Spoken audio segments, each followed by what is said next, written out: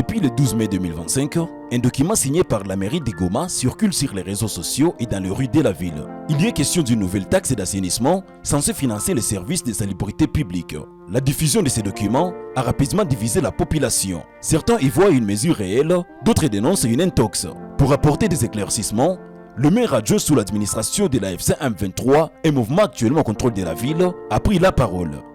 Tuko na mission mbili kubwa ambayo tukonda tunafuatilia, na hiyo mission ni kufanya mji wa Goma uweze kuwa la ville la plus sécurisée na kufanya Goma iweze kuwa la ville la plus propre. Na mimi nadhani kesho yako inahusu hiyo kitu ambayo tunaita ya assainissement.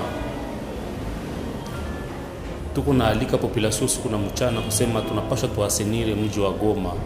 Na kwa kuasenire mji wa Goma, sisi kama viongozi wa mji tuko nafanya pa yetu kwa kuweza kuweka watu on a des partenaires ndani ya commune ya Goma na ndani ya commune ya Karisimbi. Pamoja na wapartenere wetu tuko naenda tuna entretenir marompwe, tuko naenda tunafagia mabalabala, lakini population ya kwetu nayo inapaswa kutuaccompagner.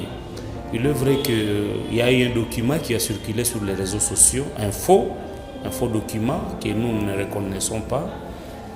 Mais haingekuwa ile ndio problème parce que population ya Goma la plupart wako abonné ma société, ma association mbalimbali ya ramassage ya maimondisi, na sisi hiyo ma société ambayo tuko nayo en partenariat ni masosiete ambazo zitapita kwa kila mtu yeyote ule ambaye anaproduire madeshe, ili waweze kusinye partenariat ya kukuwa naweza kuwa na ramase maimondis na kwenda kuzitupa. Donc les documents c'est info, mais population ya kwetu inapaswa kujua kama kila mtu ambaye anaproduire uchafu anapaswa jiabone kwa ile masosiete mbili. Kuko societe moja yenye iko mkomine ya Goma inaitwa Visionet, na mkomine ya Karisimbi kuko societe ambayo inaitwa Sharp.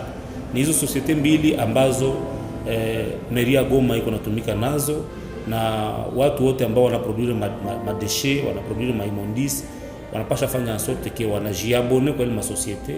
Ile societe iko napitisha magari, wanachukua uchafu na wanaenda tupa mahali ambapo kuna stahili.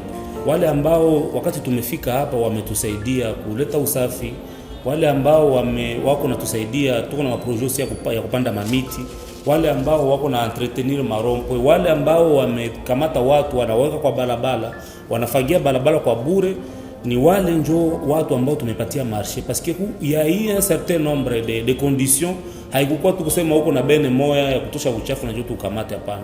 Makondisioni za mingi, mtu yeyote ambaye amepata marché ni watu ambao wako nasaidia kugeuza mwingine wa Goma, kufanya mwingine ya Goma iweze kuwa mwingine ambao inasafishwa kweli kweli. Njo watu ambao kunaona usiku na mchana wanatia watu hao ndani ya marompo.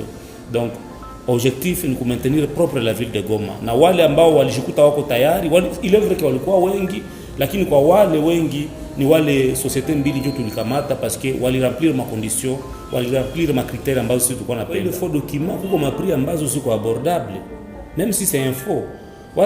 Watu zamani hiyo ma société ambao unatoka kusema ma association ambao wanafanya maramassage ya maimondisi walikuwa natia par ménage $5. Mkaangalia ile document, même si c'est info, wanaitia kama ni 2000 ni 5000 francs, kama ni 6000 francs.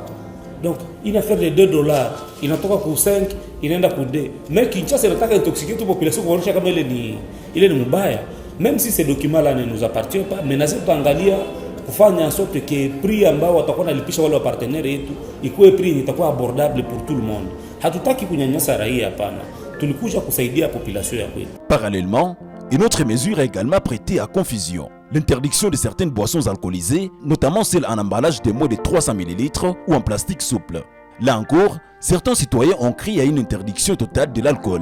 Une mise au point a été faite par M. Désiré Ngabo, maire adjoint sous l'administration de la FC M23. Pombe, hatukataze watu pombe, lakini kukunywa pombe abusivement ndio mbaya. Na je voudrais amener un éclaircissement par rapport ya watu ambao walisikia kama mbaya. Sisi hatuko na jatake kwa hiyo societe ambayo inaproduire chief.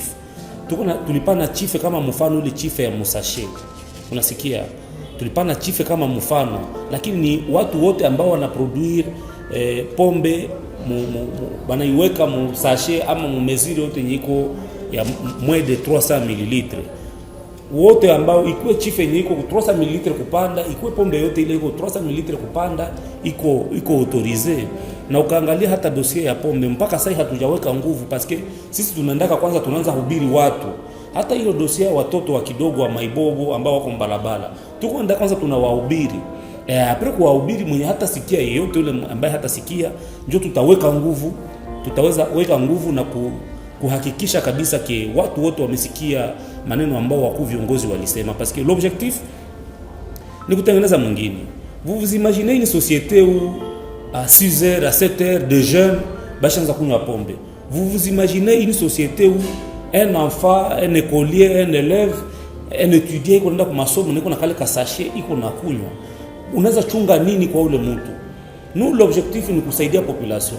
L'objectif ni kupreparer avenir ya Kongo, ya wakongomani. Dignité ya mkongomani ilikuwa imepotea, lakini sisi tumekuja ni kurestaurer hiyo dignité ya mkongomani, ni kusaidia ba jeune. Quelqu'un de 20 à 25 ans unakutana ameshakuwa na machafu, inamsaidia na nini? Pombe inamsaidia na nini? Alors utakutana ule mapombe buko trop moins cher na buko à la portée de tout le monde, même ces enfants là de la rue, il suffit pas de 500 francs, pas de 1000 francs, na anapata directement pombe ya makali ambayo itaenda ina détruire mwili yake. Hiyo ndio maana unakutana wakuu viongozi walikamata mamezira kusema no, hii mapombe ya kidogo hatuitaki. Lakini mpaka sasa tungali kwanza na observe na tukwenda hubiria wale watu, parce que il est vrai que kuko mastoka ambazo zilikuwa ziko ndani ya mwingine, tuko na hubiria watu kuambia kama ile pombe hatuipendi, lakini kutafika muda mmoja ambao tutapase kwa action kwa watu wote ambao hawatasikia. Pour l'instant tunatemporiser, c'est pas que tumeshindwa ama tumerevenir ku decision yetu, hapana. Tunawaachia muda, sasa vile watoto wa mbalambala nao tunawaachia muda, kila mzazi ukikamata mtoto yake arrive un moment donné, kama watakuwa hawasikie tutapinire kama l'État ambayo inajirespecte. Dans un climat d'incertitude, la population de Goma attend davantage de clarté et de transparence sur les mesures mises en place, quelle que soit l'autorité qui les porte.